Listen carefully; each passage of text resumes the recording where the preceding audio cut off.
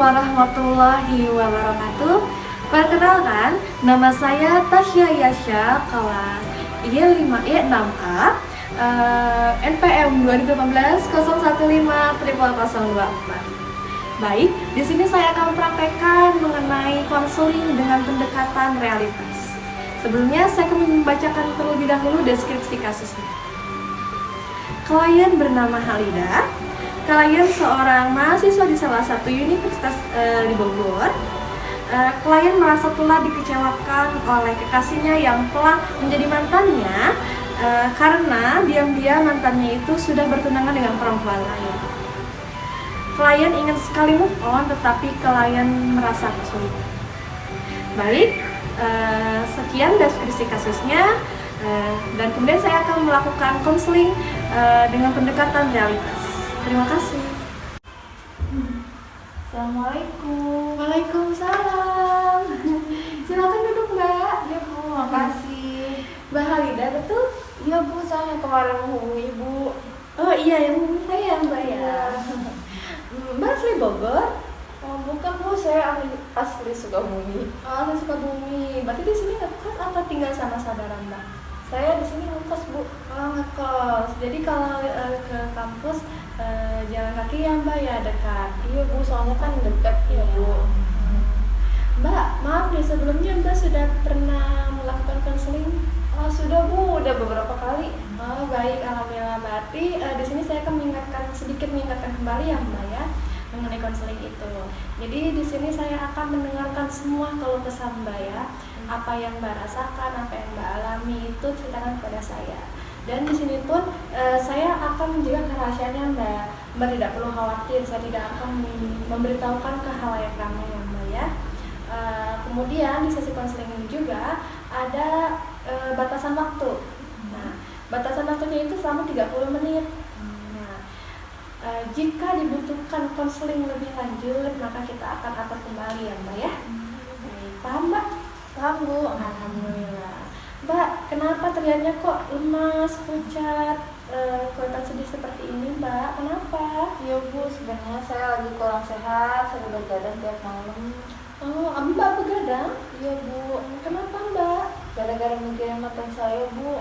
Mantannya kenapa Mbak? Jadi gini loh Bu, saya kan udah pacaran 5 tahun Iya. Bu. Gitu. Oh, pacaran 5 tahun ya Mbak? Iya Bu, hubungan kami juga udah direstui sama orang tua kami, cuman kandas di tengah jalan gitu Bu. Oh, seperti itu. Jadi Mbak begadang karena memikirkan mantannya ya Mbak ya? Iya Bu. Mbak, berarti selama setahun ini Mbak begadang terus-menerus karena memikirkan mantannya? Enggak sih Bu, cuman akhir-akhir ini aja gitu. Saya tuh lagi kepikiran karena teman saya bilang katanya dia udah tunangan, dan saya tuh sempet gak percaya. Terus pas saya kepo-kepoin sosial medianya, ternyata bener Bu, dia udah tunangan, banyak juga foto-foto berdua, dan statusnya juga udah bertunangan Bu. Baik Mbak, ya saya mengerti ya Mbak perasaan Mbak. Apa yang Mbak rasakan Mbak sangat dikecewakan ya Mbak ya. Tapi baik lagi Mbak, kan mantan Mbak kan sudah bertunangan dengan perempuan lain ya Mbak. Berarti mantan Mbak itu sudah ke jenjang yang lebih serius ya Mbak ya.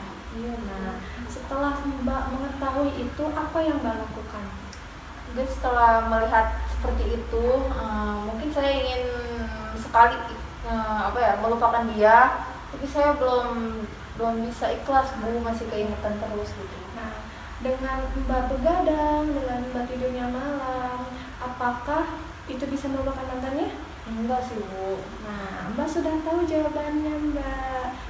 Mbak begadang tidak bisa melupakan mantannya ya Mbak ya. Kemudian apa yang akan Mbak lakukan? Iya Bu, gimana Pak Ibu punya saran? Begini ya Mbak, menurut saya Mbak tidak perlu lagi mengkepo-kepokan lagi mantannya ya Mbak ya.